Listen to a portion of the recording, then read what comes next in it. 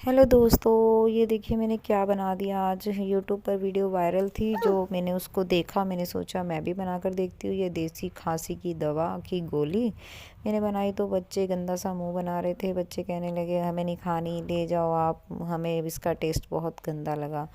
लेकिन मैं क्या करूँ, मैंने इतनी मेहनत की है। तो देखिए मैंने क्या मेहनत की है। अदरक और आंवला को मैंने बारीक पीसा, उसके बाद मैंने उसको पीस कर एक फ्राई पैन में डाल दिया और उसका पानी जो है सुखा लिया।